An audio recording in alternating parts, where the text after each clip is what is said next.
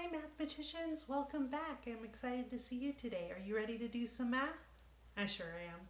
So today you are going to need a pencil, and you're also going to need page 148 out of your packet. It's called Halves and Extra Facts. Looks a little bit like this, has some story problems on there. And I think that's all we need today, a pencil and our work page. So today our learning goal or our learning target is, dun dun dun, I am learning to solve story problems by identifying the math facts. Oh, the important facts. Made a little mistake. That's okay. So I am learning to solve story problems. We know all about story problems in second grade. By identifying, that's a big word, the important facts. Identifying, I think I've heard that word before. I think it means by being able to say, hey, that's important. That fact right there, that's an important one.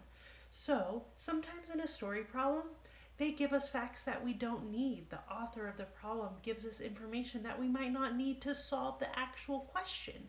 So as mathematicians, in order to solve the story problem, we need to be able to say, hey, that information, that fact right there, that's an important one that I need to know. So we're going to practice that today. Are you ready to get started?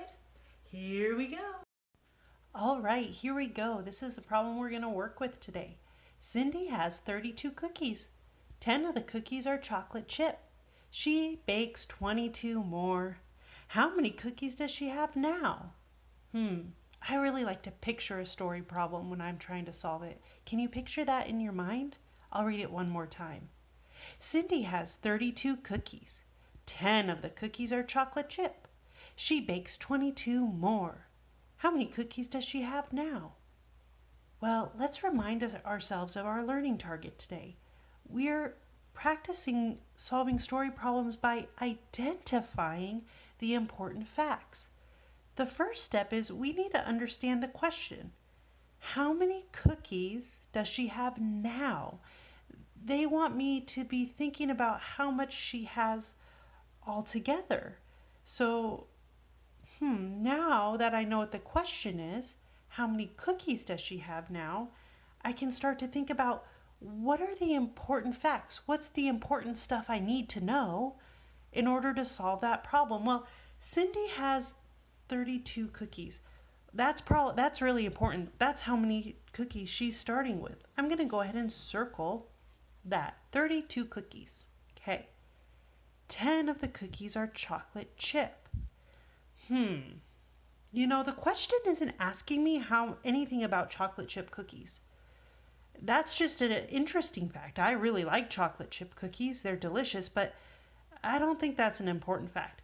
I'm going to cross that fact out because I don't need it to solve this problem. It's not an important fact for this problem. She bakes 22 more. That's important too because the question is asking us how much does she have all together. So we need to know how much she started with and how much she added to that or how many more she baked. So friends, let's see. Our first step in solving a problem is to read it and to figure out what it's asking us. So now we're on to the step where we need to write an equation and start to think about how are we going to solve this problem? So we know that we want to find out how many cookies she has altogether.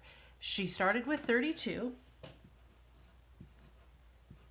She added some more because she baked some more. And now we want to figure out how many she has altogether. 32 plus 22. Now I need to decide how I want to solve this problem. I've really been enjoying the splitting strategy lately, where I break up a number into tens and ones, and then I add the tens together and add the ones together. Watch, I'll show you what I've been practicing. So I know that 32 is this 30 and 2 because I know the 3 in the tens place is the same as 30.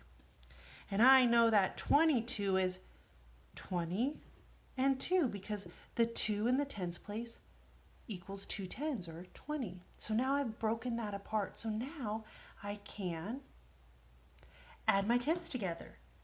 30 plus 20 equals, well, I know 3 plus 5 is, or 3 plus 2 is 5, so 30 plus 20 is 50.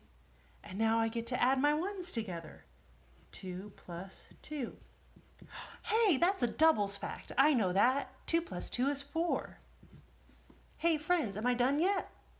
If I listen carefully, I can almost hear you saying, no, Mrs. Burrows, you're not done yet. You have to put the tens and the ones back together.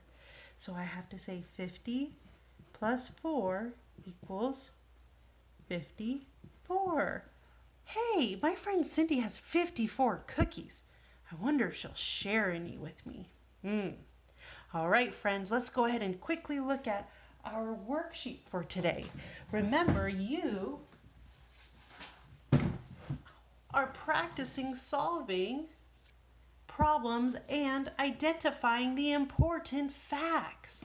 So the directions say, sometimes story problems give you more facts than you need to solve the problem.